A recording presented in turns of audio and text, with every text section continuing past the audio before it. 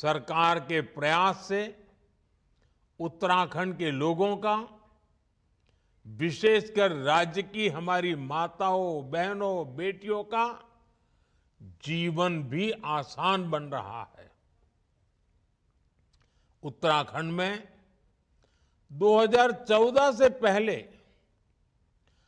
5% से कम घरों में नल से जल आता था। आज ये बढ़कर करीब करीब 96% से ज्यादा अधिक हो चुका है। करीब करीब 100% की तरफ आगे बढ़ रहे हैं। 2014 से पहले उत्तराखंड में सिर्फ 6000 किलोमीटर की पीएम ग्राम सड़क बनी थी। 6000 किलोमीटर। आज इन सड़कों की लंबाई बढ़कर 20,000 किलोमीटर से ज्यादा हो गई है। और मुझे मालूम है पहाड़ों में सड़कें बनाना कितना बड़ा कठिन काम होता है और कितनी बड़ी जरूरत होती है।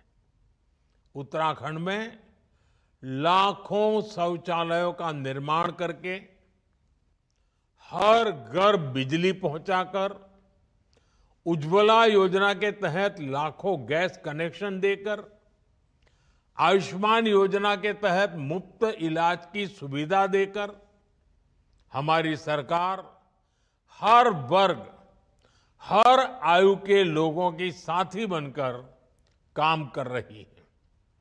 साथियों, डबल इंजन की सरकार का अर्थ क्या होता है, ये भी हम उत्तराखंड में देखते हैं।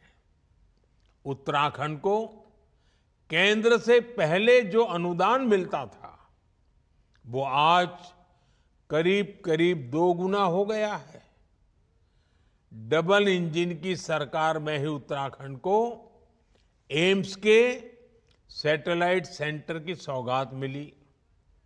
इसी दौरान देश का पहला drone application research centre Dehradun में खोला गया।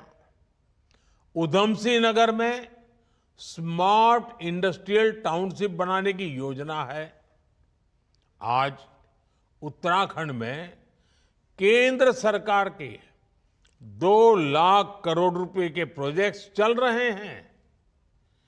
कनेक्टिविटी से जुड़े प्रोजेक्ट्स को तेज गति से पूरा किया जा रहा है। ऋषिकेश, कर्णप्रयाग रेल परियोजना को 2026 तक पूरा करने की तैयारी है।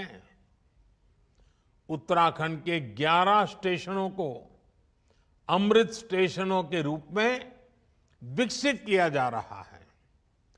देहरादून दिल्ली एक्सप्रेसवे के पूरा होने के बाद दोनों शहरों की दूरी 2.5 घंटे में तय कर ली जाएगी। यानी एक तरह से उत्तराखंड में विकास का महायज्ञ चल रहा है, जो इस देवभूमि की गरिमा को भी बढ़ा रहा है। इससे पहाड़ों पर होने वाले पलायन पर भी रोक लगी है।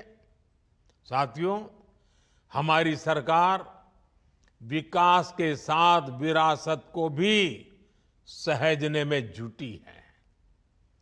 देवभूमि की संस्कृति के अनुरूप केदारनाथ धाम का भव्य और दिव्य पुनर्निर्माण किया जा रहा है। बद्रीनाथ धाम में विकास कार्य तेज गति से आगे बढ़ रहे हैं। मानसखंड मंदिर माला मिशन के तहत पहले चरण में 16 पौराणिक मंदिर क्षेत्रों को विकसित किया जा रहा है। ऑल वेदर रोड से 4 धाम यात्रा को सुगम किया है। पर्वतमाला परियोजना के तहत यहां के धार्मिक और पर्यटन स्थलों को रोपवे से जोड़ा जा रहा है। मुझे याद है, जब मैं मणा गांव गया था, मैंने वहां बॉर्डर पर अपने भाई बहनों का अपार स्नेह देखा था। माणा गांव से ही वाइब्रेंट विलेज प्रोग्राम की शुरुआत की गई थी। हमारी सरकार बॉर्डर किनारे के गांवों को आखिरी गांव नहीं बल्कि देश का प्रथम गांव मानती है। आज इस प्रोग्राम के तहत उत्तराखंड में करीब 50 गांवों का विकास किया जा रहा है। ऐसे ही प्रयासों का परिणाम है कि उत्तराखंड में पर्यटन से जुड़े अवसरों को नई गति मिल रही है और पर्यटन बढ़ने का मतलब है उत्तराखंड के युवाओं को ज्यादा से ज्यादा रोजगार। अभी कुछ सप्ताह पहले की ही रिपोर्ट है कि इस साल उत्तराखंड में करीब 6 करोड़ पर्यटक और श्रद्धालु पहुंचे हैं।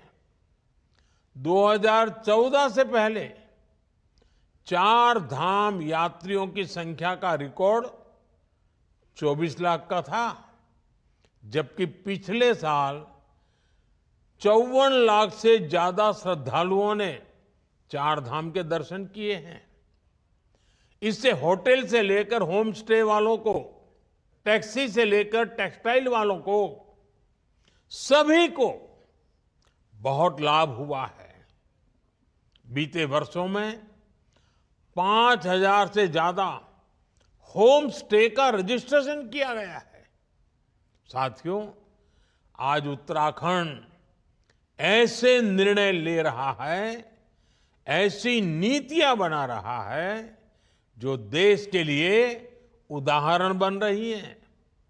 उत्तराखंड ने गहन अध्ययन के बाद यूनिफॉर्म सिविल कोड लागू किया, जिसे मैं सेक्युलर सिविल कोड कहता हूं। आज यूनिफॉर्म सिविल कोड पर पूरा देश चर्चा कर रहा है, इसकी जरूरत को महसूस कर रहा है।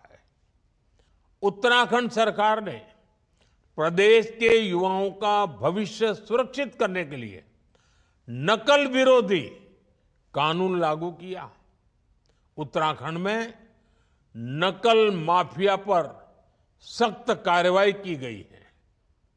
अब प्रदेश में पूरी पारदर्शिता और समय से भर्तियां हो रही हैं। ऐसे कितने ही कार्य हैं जिनमें उत्तराखंड की सफलता दूसरे राज्यों के लिए उदाहरण बन रही है। साथियों, आज 9 नवंबर है। 9 का अंक बहुत ही शुभ माना जाता है, शक्ति का प्रतीक होता है। आज मैं आपसे और उत्तराखंड आने वाले यात्रियों, श्रद्धालुओं से 9 आग्रह करना चाहता हूं। 5 आग्रह उत्तराखंड के लोगों से और 4 आग्रह यात्रियों, श्रद्धालुओं से। साथियों, आपकी बोलियां काफी समृद्ध है। गढ़वाली, कुमाऊनी, जौनसारी, ऐसी बोलियों का संरक्षण बहुत जरूरी है। मेरा पहला आग्रह है कि उत्तराखंड के लोग अपनी आने वाली पीढ़ियों को जरूर ये बोलियां सिखाएं। ये बोलियां उत्तराखंड की पहचान को मजबूत बनाने के लिए भी जरूरी है। देवभूमि के लोग प्रकृति और पर्यावरण के कितने बड़े प्रेमी होती है, ये पूरा देश जानता है। उत्तराखंड तो गौरा देवी की भूमि है और यहां हर महिला मां नंदा का रूप है। बहुत आवश्यक है कि हम प्रकृति की रक्षा करें। इसलिए मेरा दूसरा आग्रह है, एक पेड़ मां के नाम, हर किसी ने इस आंदोलन को आगे बढ़ाना है। आजकल आप देख रहे हैं, देश भर में ये अभियान तेज गति से चल रहा है। उत्तराखंड भी इस दिशा में जितनी तेजी से काम करेगा, उतना ही हम क्लाइमेट चेंज की चुनौती से लड़ पाएंगे। उत्तराखंड में तो नौलों धारों की पूजा की परंपरा है। आप सभी नदी नौलों का संरक्षण करें, पानी की स्वच्छता को बढ़ाने वाले अभियानों को गति दें। ये मेरा आपसे तीसरा आग्रह है।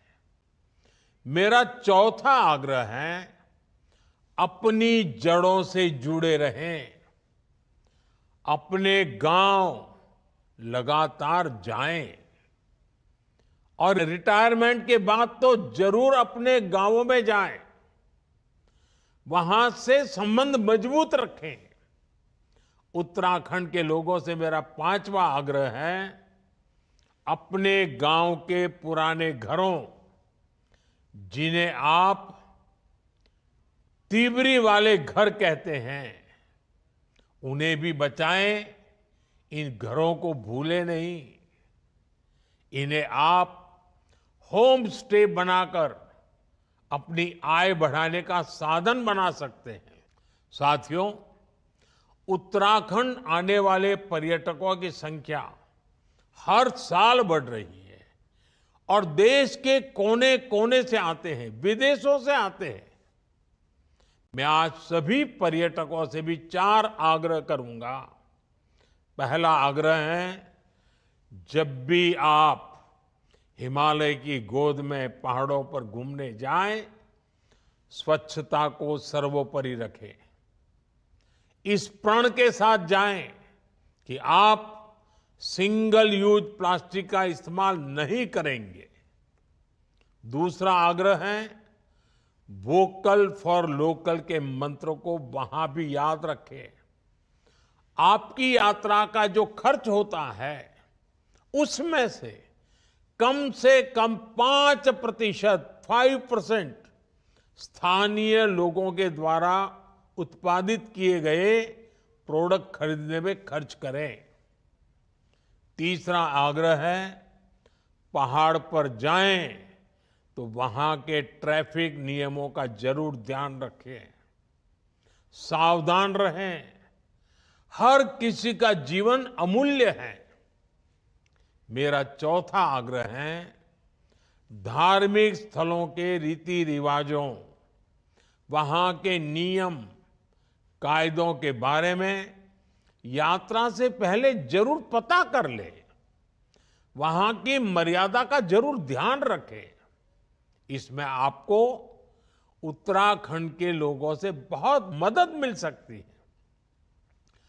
उत्तराखंड के लोगों से 5 और उत्तराखंड आने वाले लोगों से मेरे 4 आग्रह देवभूमि के विकास में